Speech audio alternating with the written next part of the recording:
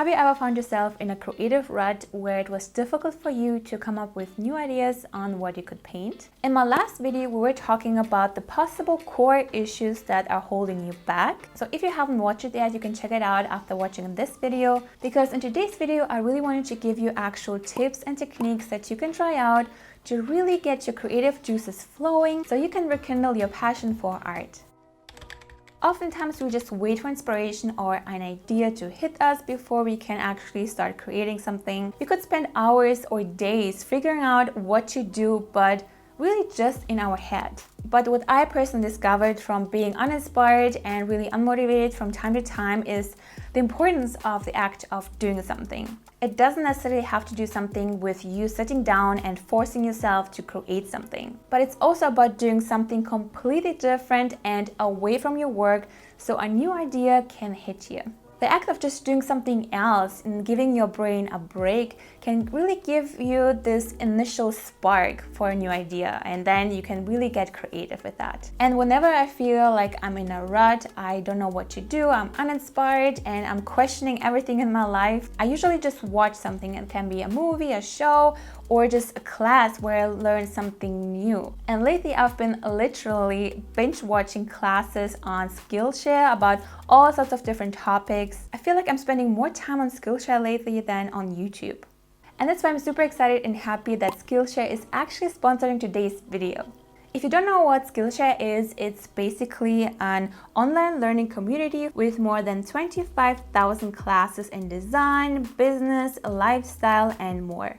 I've been really enjoying classes about how to license your art and selling it online, but also classes about time management and other fun classes that inspired me to really think outside the box by showing me new ideas and ways how to do things. And it literally helped me so much out of my creative rut. I got so many new ideas. Like, I set myself new goals that I want to achieve, and I'm super excited about that. So if you want to try it out yourself and get unlimited access to the premium content, I have a special link in the description box down below where 500 of you that click the link and sign up will get 2 months for free.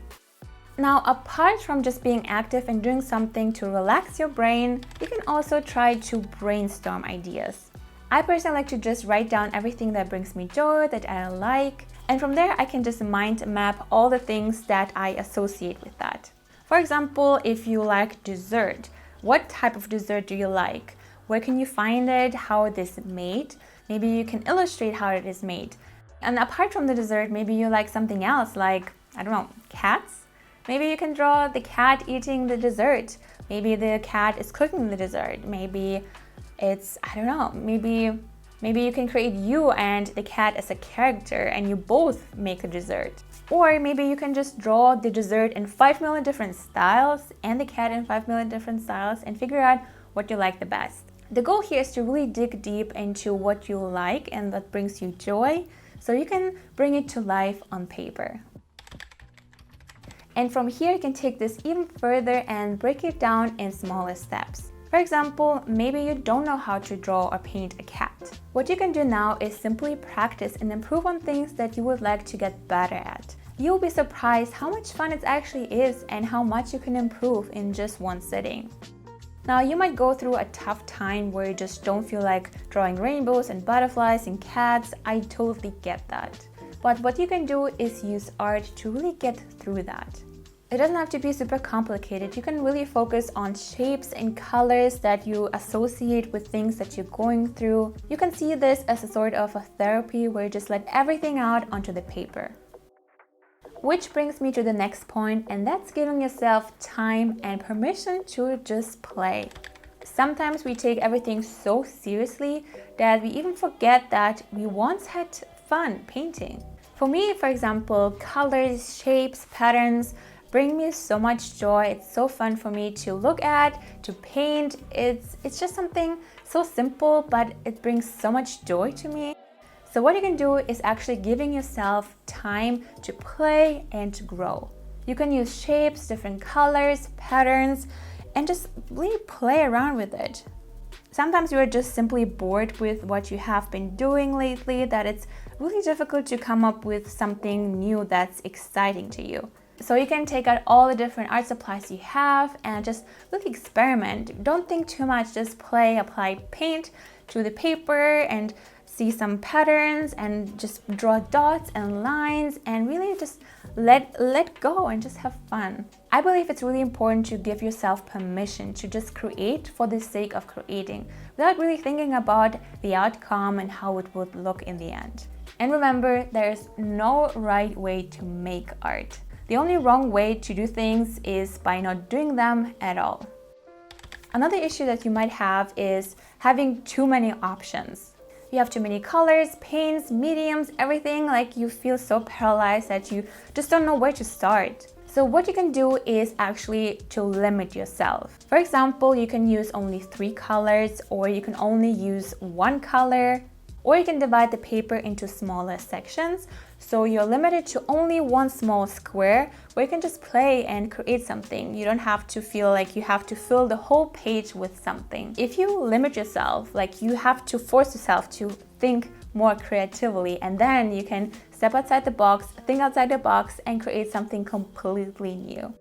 Another great way to limit yourself but still be super creative with that is painting or drawing one thing but in completely different styles using completely different mediums each time. So again, think about what you generally like drawing or painting. Is there something that you really want to maybe get better at, or you have something that you like drawing but you feel like you don't like the style anymore, you want to expand? And then you can give yourself a challenge to paint that what you decide on for maybe a week, 2 weeks, or even a month. But every single day you use a different medium and a different style.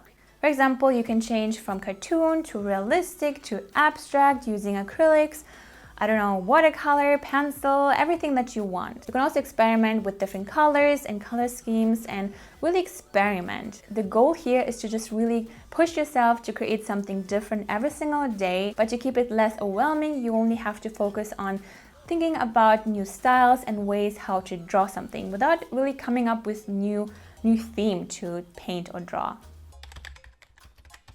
If you follow me on Instagram or watch my latest videos, you might know that I started drawing a cat art series where I really explored my obsession. So I started, for example, with different styles. I used a collage method and used watercolors and colored pencils.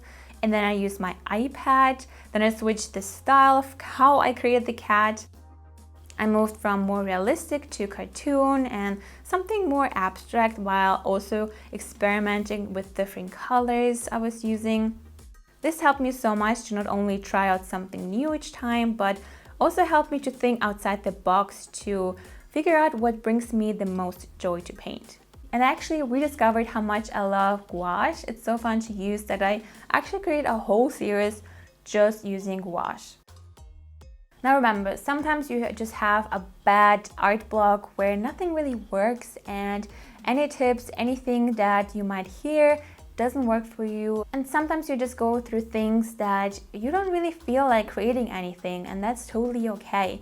I believe it's important to really accept that and let it happen sometimes. And instead of bashing yourself for how you feel or how you can't do something, I think it's more important to accept that and to be okay with that, to let it happen and just to hang in there until the phase is gone. At the end of the day, we are all humans, and sometimes we have good days, but also sometimes we have bad days. And forcing yourself to do something isn't always helpful either. So remember, don't be so hard on yourself. Sometimes the best ideas will strike you when you least expect them. Check out the videos right here for more inspiration and ideas. I really hope this was helpful. Thank you so much for watching. Have a wonderful day, and I will see you in my next video. Bye!